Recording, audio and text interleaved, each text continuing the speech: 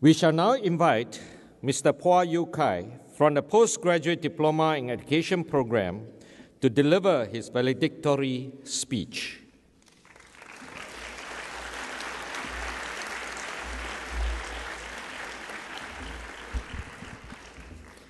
Mr. Hawazi Daipi, Senior Parliamentary Secretary, Ministry of Education and Ministry of Manpower. Mr. Neo Ken Hong, Permanent Secretary, Education Development, Ministry of Education. Ms. Ho Ping, Director General of Education, Ministry of Education. Ms. Loh Ka Gek, Deputy Director General of Education, Schools, Director of Schools, Ministry of Education. Professor Lee Sing Kong, Director NIE. Distinguished guests, fellow graduates, ladies and gentlemen. A very good afternoon to all of you. My name is Yu Kai, and I teach history and English language at Sembawang Secondary School.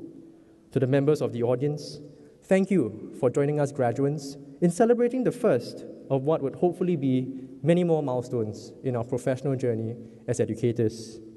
To my fellow batchmates of the 2013 PGDE secondary program, congratulations. We are now full-fledged members of Singapore's teaching fraternity.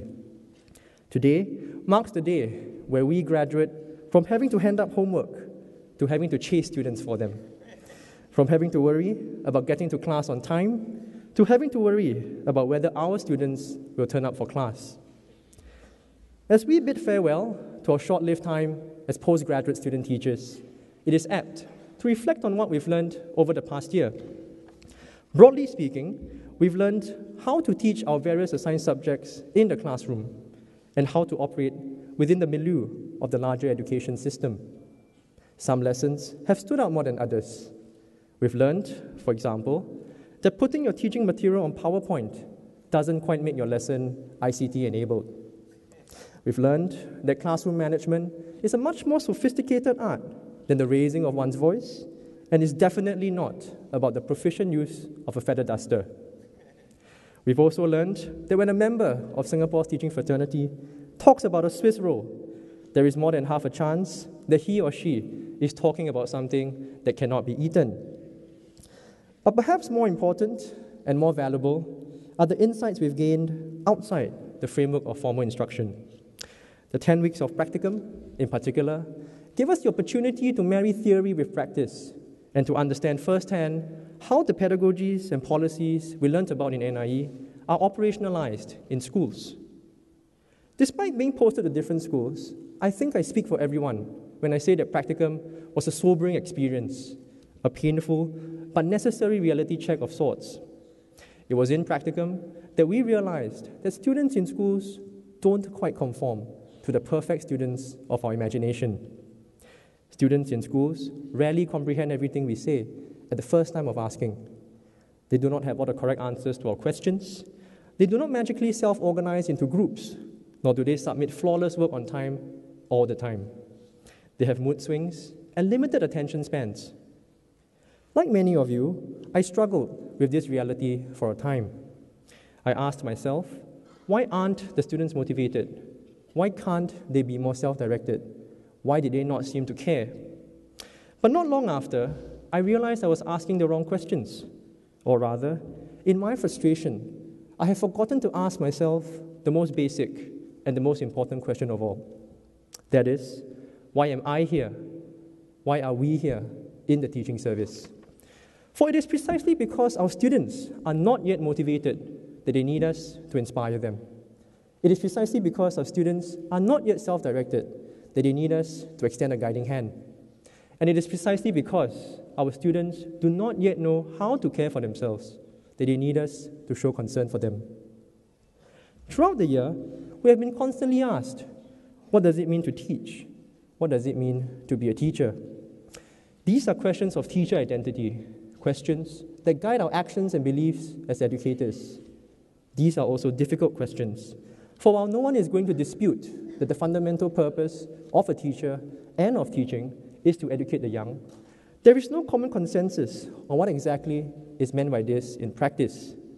Should a teacher be first and foremost an educator who transmits values, or an educator who transmits academic knowledge? Should a teacher prioritize helping students pass the tests of life, over helping students pass the tests of school. There are no right or wrong answers, but teachers are expected to strike an appropriate balance to the question of what it means to be a teacher, depending on context, circumstance, as well as the profile of the students whom we manage. But sometimes, because there are no clear-cut answers, we rely on the convenience of established procedures rather than our inner compass to guide us in our decision-making. Instead of thinking long and hard about what our students need and following through with the appropriate actions for them, we take the easy way out. We look at generic institutional guidelines and say, I will do A, B, and C, because it states here that doing A, B, and C makes me a good teacher, so doing A, B, and C must be good for my students. We meet people objectives, but have we educated the child? When we simply do things, but do not question and reflect about why we do things, it is easy to lose sight of what it means to be a teacher. In doing so, we lose sight of our reason for being in the teaching service. What then is needed of us as beginning teachers, as teachers of the Singapore Education Service? Perhaps more than ever, we need clarity of vision and a deep sense of purpose in what we are doing. No matter where we are in the service, a vision and a sense of purpose that is guided by doing what is right and best for the child.